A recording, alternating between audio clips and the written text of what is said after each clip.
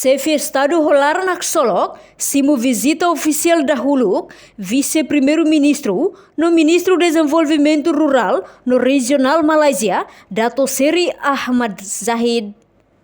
Quinta-feira, Lorne Ronolo Racing Siafun Augusto Tinering Rua Ronolo Racing Hat, e Palácio Presidencial Bairro Pitedili.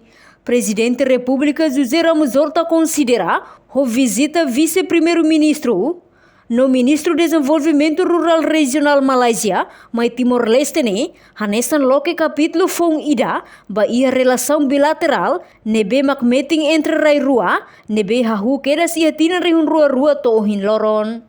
Tuir Horta, relação bilateral ida ke hariho base reseitu, no apoio malu. Além de ne, Malaysia mos sai ona instrumental ia viagem Timor-Leste niang, ba estabilidade, contribui força manutenção durante período crítico.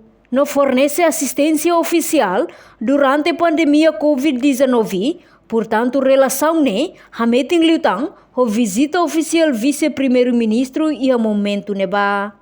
Ia encontro ne, chefe Estado ho vice-primeiro-ministro Malaysia, kulia mos assunto oin, liu interesse mutual no cooperação, inclui parceria economia, no oportunidade comercial, hodi haburas colaboração educacional sira, no hasai cooperação e setor sira, hanesan infraestrutura, turismo inclui capacitação niang. Reportagem Sabina Sansa, Televisão Timor Post. Janela informação ba emohoto, atau tem informação atual dia kliu, kita haluha, haneham botão subscribe, like, halo comentário, no fahe tutang ba media sosial hotu.